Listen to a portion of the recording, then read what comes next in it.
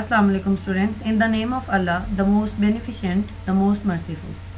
Welcome to online classes, the educators. I'm your English teacher, Rafia Adnan. Today we will study grammar skills, unit 20. Our topic is active and passive voice, page number 111, 112 and 113. We are going to solve exercise A, B and C.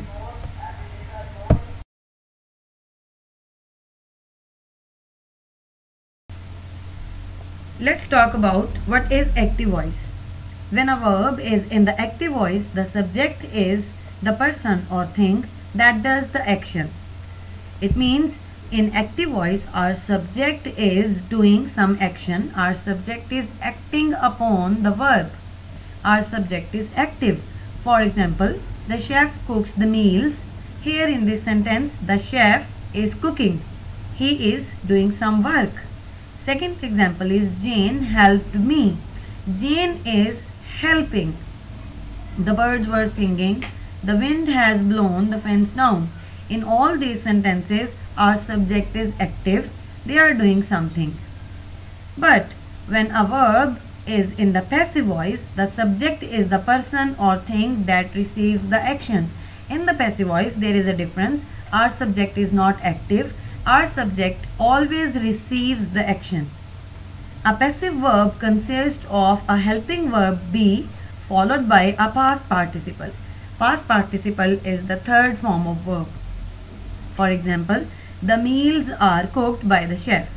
Now here our chef is not active. He is not doing anything. He is receiving a work. Here the action is being received by the subject, so this sentence is passive voice. Keep in mind these two simple rules and let's solve the exercise A.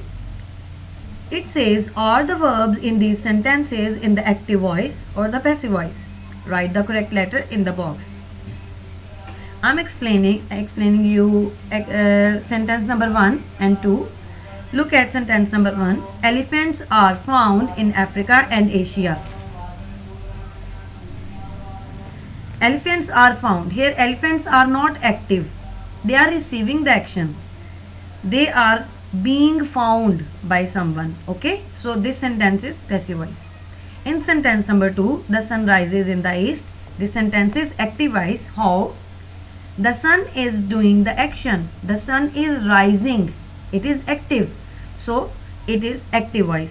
Keeping in mind these two simple rules, solve all the rest of 8 sentences. They have been done for you. Do accordingly. Let's talk about exercise B. Fill in the blanks in the given passive sentences with the correct form of the given verb. So in the passive sentences I already mentioned, we always use the third form of verb, which is also called past participle. The first sentence says, Sally has been dash a prize. Give. The past participle of give is given. So we will mention Sally has been given a prize.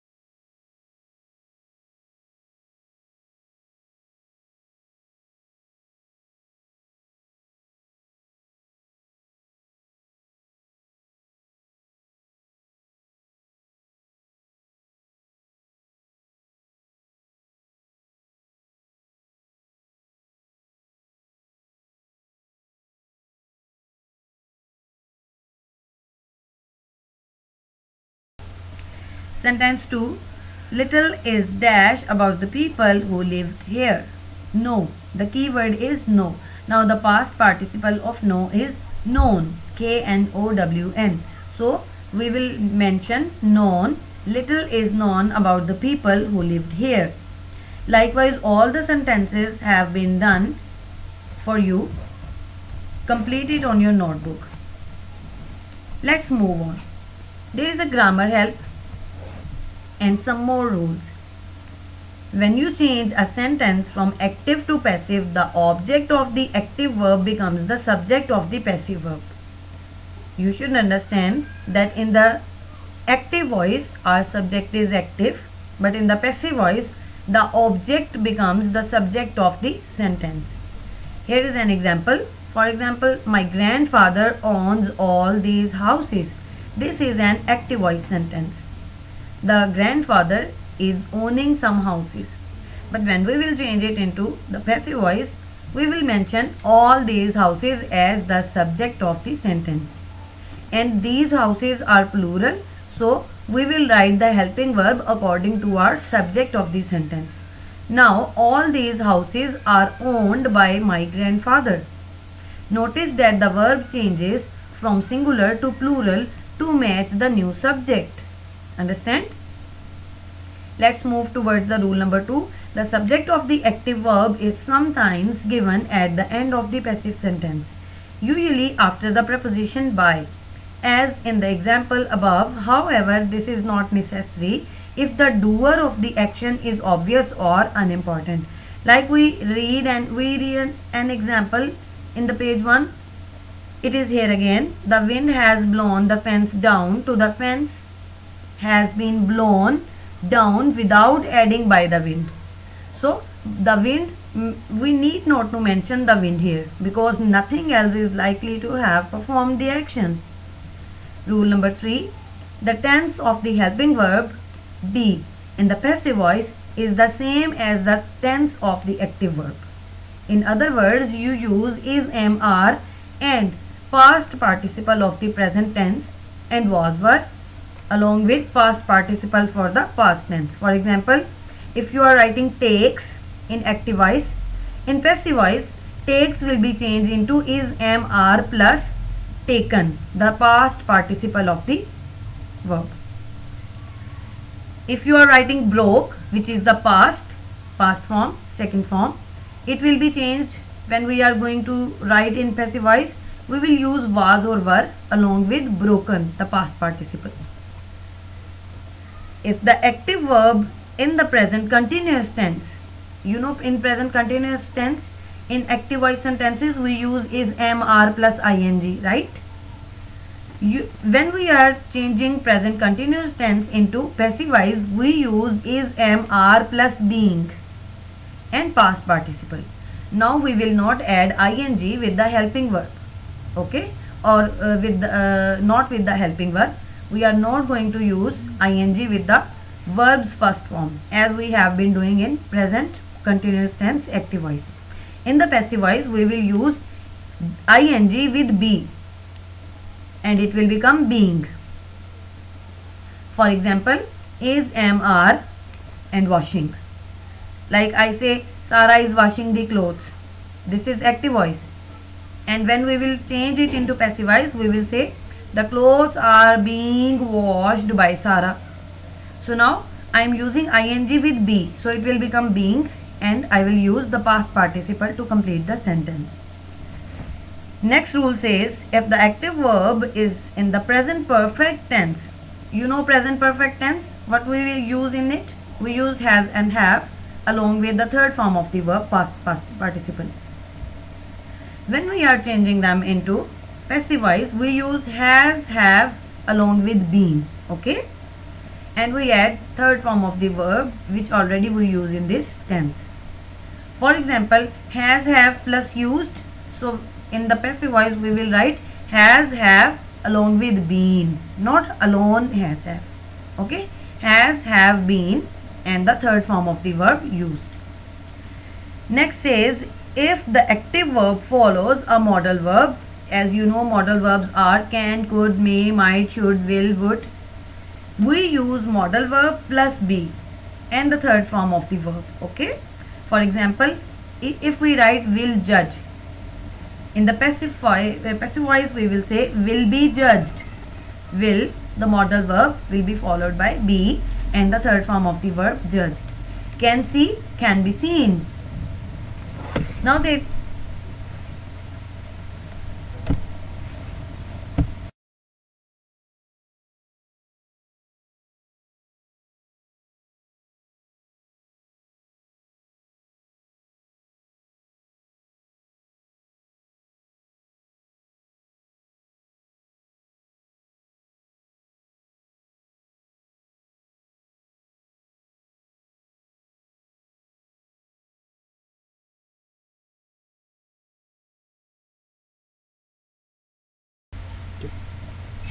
now on page number 113 there is an important rule. You know, there are some intransitive verbs. If in case you have an intransitive verb, you cannot make a passive voice of that. Okay, you cannot make an intransitive verb passive because it has no object. When we have no object, how can we change it into a passive voice? To change into a passive voice, a sentence should have an object. Okay, the active sentence, dogs bark and I ran to the bus stop, for example, cannot be made passive because the verbs bark and run are intransitive. We cannot change them into passive voice. Understand? They will remain in the same condition. Keeping in mind all these rules, exercise C is being solved for you. Check it out, note it down on your books and complete your work.